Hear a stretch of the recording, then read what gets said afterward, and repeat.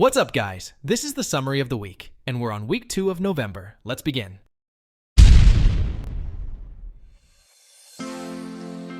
Haas F1 team's pursuit of justice in the aftermath of the United States Grand Prix has taken an intriguing turn as they employ a right of review strategy to challenge the race's final results.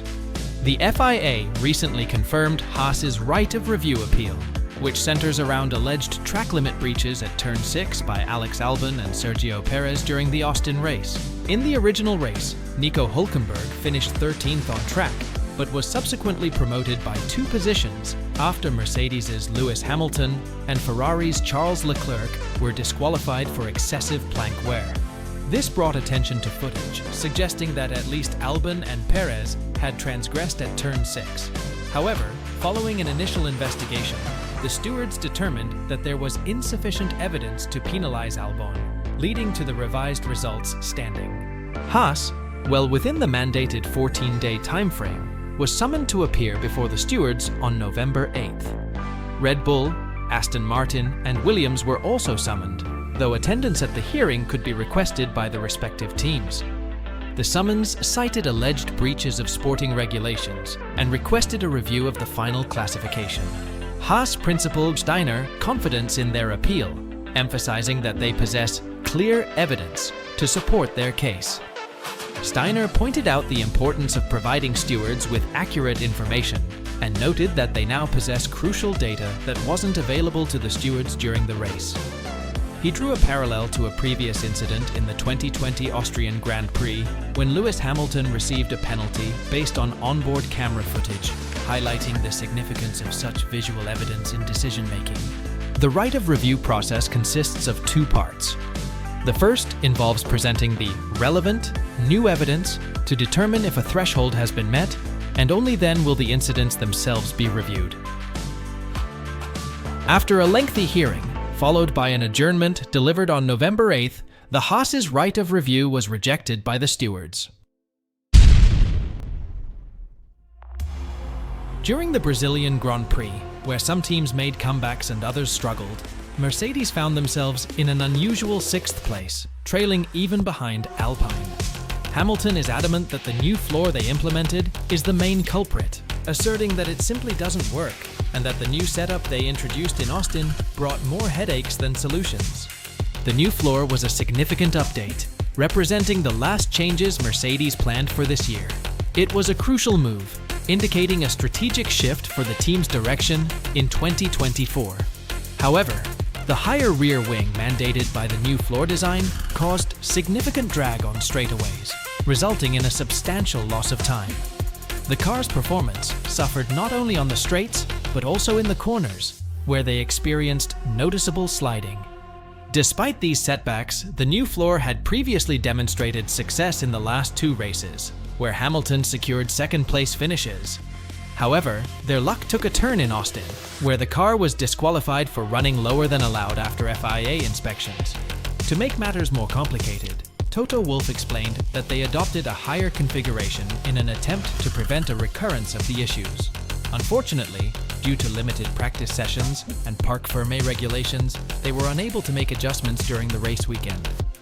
Hamilton remained cautiously optimistic, acknowledging their struggles but highlighting the need to stay positive. He also recognized the dominance of Red Bull, stating that they are still too far ahead and are likely to maintain their advantage for the next couple of years.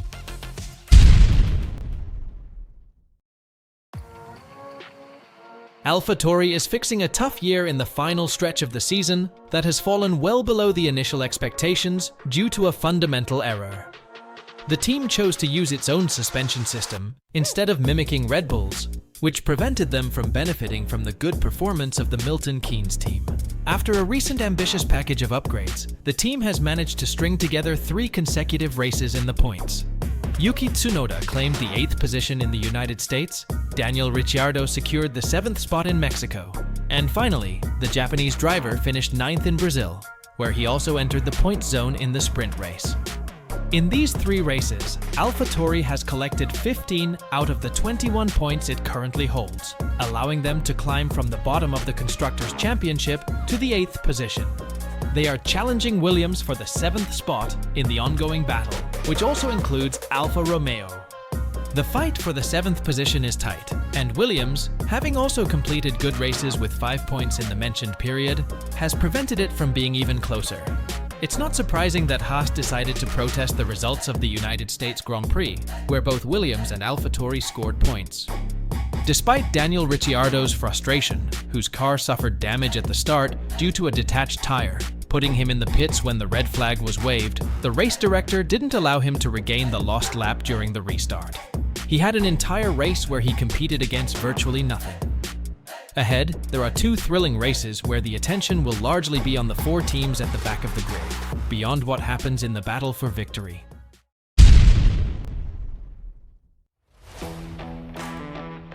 Max Verstappen has dominated Formula One with numerous wins, including a recent triple-header where he secured his 15th, 16th, and 17th victories of the year. Despite not always taking pole position, Verstappen consistently outperformed his rivals on race days, maintaining a significant lead. Notably, 2 of these wins came from poles earned by Charles Leclerc, bringing Verstappen's total to 10 such victories. Ferrari, on the other hand, started strong this year, with Leclerc winning in Bahrain and Australia. However, a series of issues, including reliability issues, strategic mistakes, and operational blunders, allowed Verstappen to dominate the season and set records in wins and points. Ferrari's only win this season came from Carlos Sainz in Singapore.